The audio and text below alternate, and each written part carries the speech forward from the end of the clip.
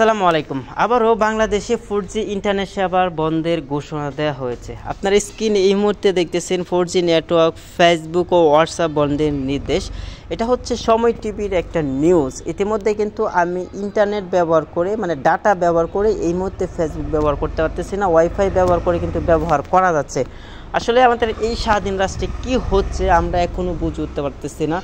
আর আজকে হয়তো এক দফা আন্দোলন চলতেছে ইতিমধ্যে সারা দেশের যে অবস্থা, আসলে আমরা সকলেই দোয়া করি যে তো আমাদের দেশটা স্বাভাবিক হয়ে যায়। এভাবে চলতে থাকলে আসলে আমাদের অনেক সমস্যা হবে।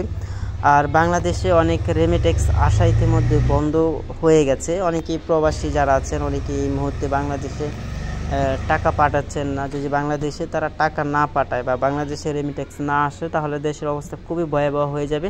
আর ইন্টারনেট বন্ধ করে দিলে কিন্তু আরও প্রবলেম হতে পারে। যেমন আমি একজন ফ্রিল্যান্সার, আমি আমার জায়গা থেকে বলতে পারি যে ফ্রিল্যান্সাররা কিন্তু মূলত বাংলাদেশে অনেক রেমিটেক্স তারা নিয়ে আসে। এই মধ্যে আমাদের খুবই জরুরি আমাদের ইন্টারনেট সেবাটা চালু থাকা।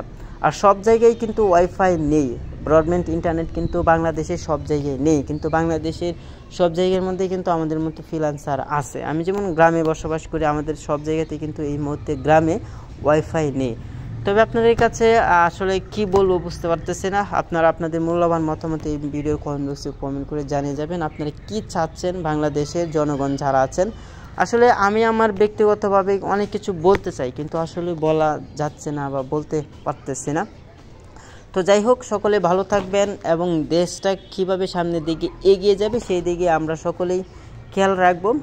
আমরা আমাদের নিজ দায়িত্বে আমাদের দেশটা কীভাবে ভালো রাখা যায় সেইটাই আমরা খেয়াল রাখবো। কী করলে আমাদের দেশটা সামনের দিকে এগিয়ে যাবে। আসলে ভিডিও রেকর্ড করার পূর্বে অনেক কিছু বলা যায় না, আসলে অনেক কিছু বলতে চাই কিন্তু বলতে পারি না। তো যাই হোক, সকলে ভালো থাকবেন, সুস্থ থাকবেন, দেশের প্রতি খেয়াল রাখবেন। আল্লাহ হাফেজ।